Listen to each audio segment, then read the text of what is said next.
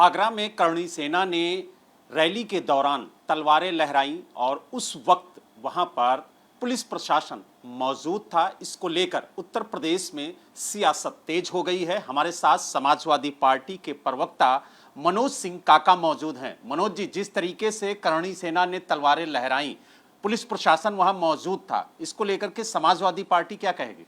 देखिए, समाजवादी पार्टी तो पहले दिन से जब हमारे सांसद के घर पर करणी सेना ने जब हमला किया और वहीं पर उसी समय उत्तर प्रदेश के मुख्यमंत्री योगी आदित्यनाथ जी मौजूद थे, इससे उसी दिन से समाजवादी पार्टी ने लगातार ये कहा, हमारे राष्ट्रीय अध्यक्ष जी ने भी कहा है कि अगर रामजी लाल सुमन को किसी भी तरह की कोई हानि होती है तो उसकी पूरी जिम्मेदारी उत्तर प्रदेश सरकार की और योगी आदित्यनाथ जी की है। क्योंकि हमारे संविधान में समाजवादी लोग हमेशा संवैधानिक बात करते हैं।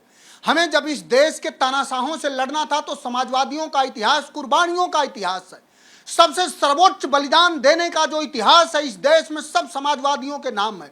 लेकिन अगर हमारे नेता के साथ जिस रैली की आप बात कर रहे हैं उसमें हमारे नेता को गोली मारने तक जैसे शब्दों का, विभत्स शब्दों का और भयावह शब्दों का, गोली मारने जैसे शब्दों का प्रयोग हुआ और धमकी दी गई, ये पूरा देश उद्वेलित है। क्योंकि आज इस देश में बहुजनों के सबसे महत्वपूर्ण प्रतिनिधि का नाम अखिलेश यादव है और वो उनसे पूरा देश मर्माहत है जो आज हो रहा है।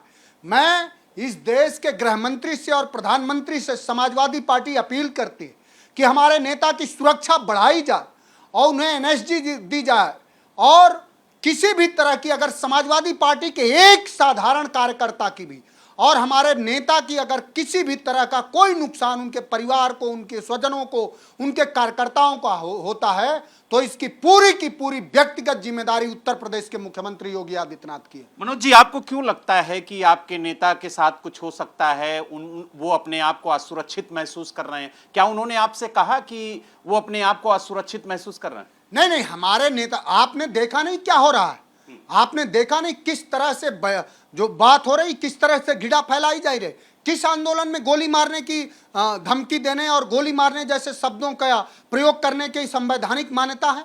ये सब योगी आदित्यनाथ जी के उस पर हो रहा है। इस देश में किस किस तरह की घटनाएं हुई हैं क्या आप नहीं जानते हैं? इस देश पुलिस का कहना है कि मामले की जांच की जा रही है। हालांकि पुलिस के अधिकारी उस दौरान मौजूद थे जब इस तरीके की घटना हुई है। जैसे ही सीनियर अधिकारियों को जानकारी मिली वो भी घटनास्थल पर पहुंचे, लेकिन वहां पर प्रोटेस्ट हुआ, उनकी तरफ से तलवारें लहराई गईं। इस तरीके की तस्वीरें जो हैं सोशल मीडिया पर वायरल हो रही हैं। आप बिल्कुल सही कह रहे हैं।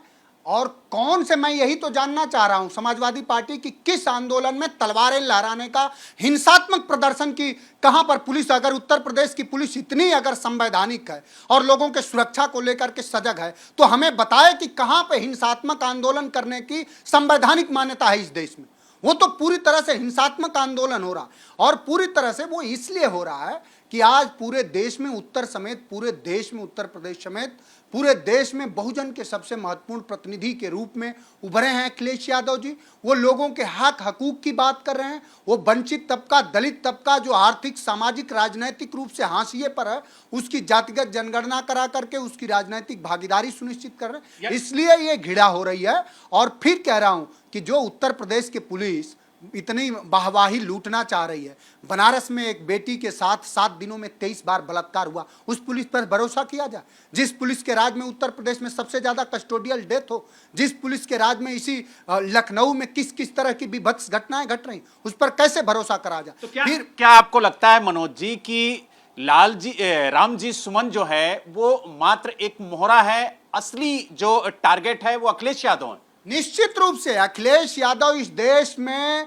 जो लोग वर्चस्ववादी हैं, जो अधिनायकवादी हैं, जो जानते हैं कि इस देश के जो बहुजनों को जो हजारों सालों से जो सताए गए हैं, मनुस्मृति के माध्यम से तमाम तरह के जो दर्शन प्रस्तुत किए गए हैं कि जैसे बहुजन का, दलित का, पीड़ित का ये काम ही है कि दास्ता का जीवन जिए, उसको दास्ता से मुक्ति दिलाने का अगर कोई मार्ग प्रशस्त कर रहा है तो अखिलेश यादव जी कर रहे हैं। और पूरी तरह से योगी आदित्यनाथ जी के जो स्वजाति और उनके स्वपोषित जो गुंडे हैं वो आज अराजकता पे उतर आए हैं। आपके माध्यम से समाजवादी पार्टी ये अपील कर रही है कि हमारे नेता की सबसे देश में कड़ी से कड़ी सुरक्षा घेरा बनाया जाए, उनकी एनएसजी उनको वापस करी जाए और उसी के साथ साथ पूरे उत्तर प्रदेश में लॉ एंड ऑर्डर ध्वस्त है। अगर इस तरह से ध्वस्त है तो उत्तर प्रदेश में, मैं तो हमारे जो लोग हैं, जो बुद्धिजीवी समाज है, वो कह रहा है कि जिस तरह से मणिपुर की हालात है उसी तरह यूपी की हालात हो रही है, उत्तर प्रदेश में भी राष्ट्रपति शासन लगाया जाए।